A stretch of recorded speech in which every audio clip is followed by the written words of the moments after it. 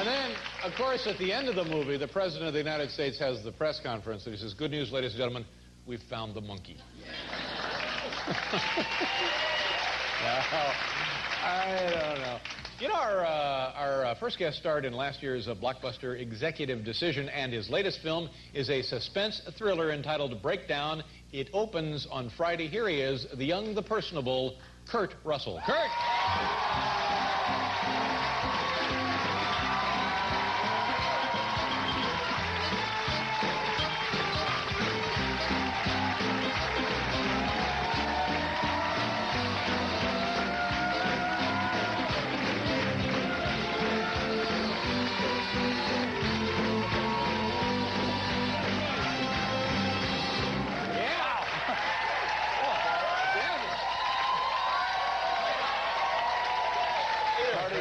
Marty Short says hi, Paul. Yeah, oh, thank you. You know, I want to tell you something. I guess I've known you for, I don't know, 10, 15 years, whatever. It's been a while. I'm looking at this and looking at you in person. You look great. Thank you. You look like you're 10 years younger. What are you doing? Actually, I'm working out right now pretty hard. Now, when you say working out, I get a feeling that what you do working out is different than what I do working out. What do you do? I don't usually do anything, but I got to do a picture in February that I've called Soldier that I got to really be in shape. So you got to look like a soldier. So I do, do a real routine. Run and how far do you run? I do sprints mostly. Oh, I see. You're doing sprint I don't run work. long distances. But down to the mailbox and back, that kind of thing? Yeah. Well, whatever it is, you look great. Congratulations on looking great, I guess. Hey, no, you know what? The last time that I was here, when Goldie was here... You carried Goldie Hawn You know how much flack I took for that? People thought that was real. Well, it was real. You picked her up, tossed her over your shoulder. That was fun. And you did a great job. They thought you were, I knew nothing about it. As far as I was concerned, you had gone nuts. And you came in here and stole. I don't know what we're talking about. It was fun. That's all right. It was a good time. You've been on vacation for a while? Yeah, we went on vacation. You've been talking about vacation. Where'd you go? We went to Costa Rica, which was kind of... Everybody says it's beautiful. It is beautiful, but it's not a place to go, I don't think, for like a Hawaii-type vacation. You go there more for an adventure. I mean, there's what kind of adventure did you have? Well, snakes and bugs, snakes, really? You know what I mean? They've got, like, poisonous frogs there, you know what I mean? They really do. I pulled some scorpions out of the pool, and so nice place. Yeah, that's why. So those 3-star resorts. Yeah. Now, were you in any peril, any danger of these things? No, Kate got she got a wasp bite, but that was Kate being one of your daughters? 18-year-old daughter. She just turned 18. Yeah. How long were you in Costa Rica? We were there for 10 days. We went on the jungle side, the Caribbean side, which was fun. It was really interesting. And then we went for a couple days on the Pacific side, which was beach and ocean and that kind of stuff. You surf? No, but Oliver did. Oliver's 20. Another son of yours? Yeah. Yeah. Now, you're taking some time off before your next film now that Breakdown. Is it Breakdown? Yeah, Breakdown. We finished in June of last year. And so I said, well, I'm going to take about a year and a half off.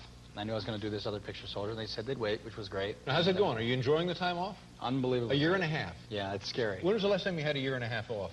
It's been long. I mean, I started working when I was 9, and I guess not ever since then. Did you have to go through some sort of psychological withdrawal from working? Yeah, no, not at all. I mean, I'm going to have one going back to work, I can tell that. I would think so. No. But what is it like around the house? You and Goldie and all of the kids? Well, after the first month, I'm sure it's just fine. After the first 6 months, I'm sure it's still just fine. Do you kind of get bumping into each other a little bit? No, we don't seem to get tired of each other. We just have a great... Goldie's doing a lot of work, and she had a big, busy year last year, and she's going to be directing a picture, as a matter of fact. She's doing a picture for TNT called Hope that she's starting now. Has she directed films before? No, not really. Yeah. I mean, Got some of Ted Turner's money, and she's going to do a little directing. Yeah. Who's, between you and Goldie, who's the bigger star? Well, Goldie, I would say Goldie. No, come on. I would say Goldie, yeah. No question about that. They agree. I mean, I think Goldie's really, honestly, truly a kind of a national treasure. I mean, she's been doing this for a long time, and she's just, I think it's great that Chris You, sir, are a national treasure. Yeah, I don't want to talk about what kind. Paul, you're a national park. I don't even know what that means. It's just a thing to say. I don't know what that means. You are correct, sir. Now tell me about, I didn't realize that you're a pilot. You fly your own planes. Yeah, it came in handy because on this picture, I didn't I really didn't want to work because I'd been working, and so I said I'd like to get home every night. So we were able to work it out so that I could fly every day to work and fly home. You fly yourself in your own plane? We did some of the time. Yeah, for legal reasons, I had to sometimes, charter. But I don't know what that means, but well, yeah, make a note of that, Paul. For legal reasons, sometimes you got to charter. No. When you're looking for that monkey, it's it. Charter a plane. You don't want the monkey getting sick in your own plane. Charter a plane. How long have you been flying? How many hours do you have? 1,400. 1,400? That's a lot, isn't it? Well, it's not really. I mean, there's guys that got 10,000 hours. But for a guy who doesn't do it as a profession, 200 hours a year, they say, is pretty good for a general. Yeah, pretty good. And you fly multiple engines? Can you fly jet planes? Wow. Yeah. Now tell me a good, scary flying yourself story. Yeah. I got one. One's pretty good. Does every pilot have a good, scary flying themselves story? If they fly long enough, they will. Yeah. I took a friend, Jimmy Van Wyck, friend of mine. We went skiing with Larry Franco, another friend of mine. I like to say their names. Yeah, sure. And, is this the scary part right here? Yeah, that's the scary part. We were skiing in Mammoth and we were coming back. Now, there's a thing called a Sierra Wave, which I know a little bit about this. Somebody was telling me about this. It was over the hills. Cliff, hello, the phone guy, Cliff Robertson. Oh, yeah, Cliff's a pilot. Yeah, and he was telling me about he was in a sailplane once and got hit by one of these things, and it just takes you to about 27,000 feet and just parks you. Well, the thing, I was in a little single-engine airplane, and so there were 2,500 foot per minute up and down drafts, which means you go through one section and you're being pushed up 2,500 feet a minute, and then bang. There's a Is this wind shear? Is that what we're talking about? Yeah, but it's constantly shearing. Now, do you have enough power in this airplane to fight that kind of weather? No, I had all the power in and the gear up and the flaps up and everything, and you put it on what's called stall, which is about 60 knots, and you're pointing it up and you're going downhill about 1,500 feet a minute, and then bang, everything flies in the airplane. Now it's taking you up, and so you throw the gear down, the flaps down, you yank the power back, and you push it down, and you're going up. As you know, so it's how long did this go on? Well, the rivets started to come out of the wings. Really? The rivets were popping out of the wings? Yeah. So I was talking to myself. I mean, I was talking out loud. Now, what about your buddies, Jimmy and Timmy? Well,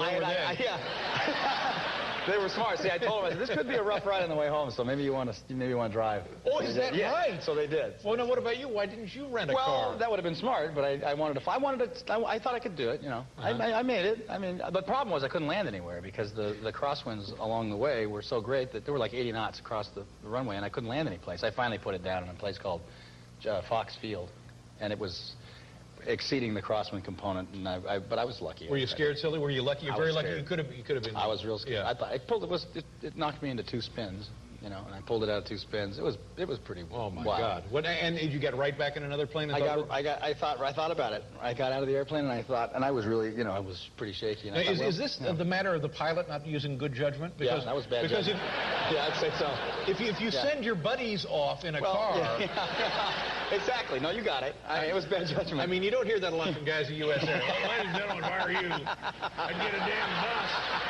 I'm going on to Cincinnati, but with yourself, and I got Greyhound. Get the hell out of here. We ain't fly.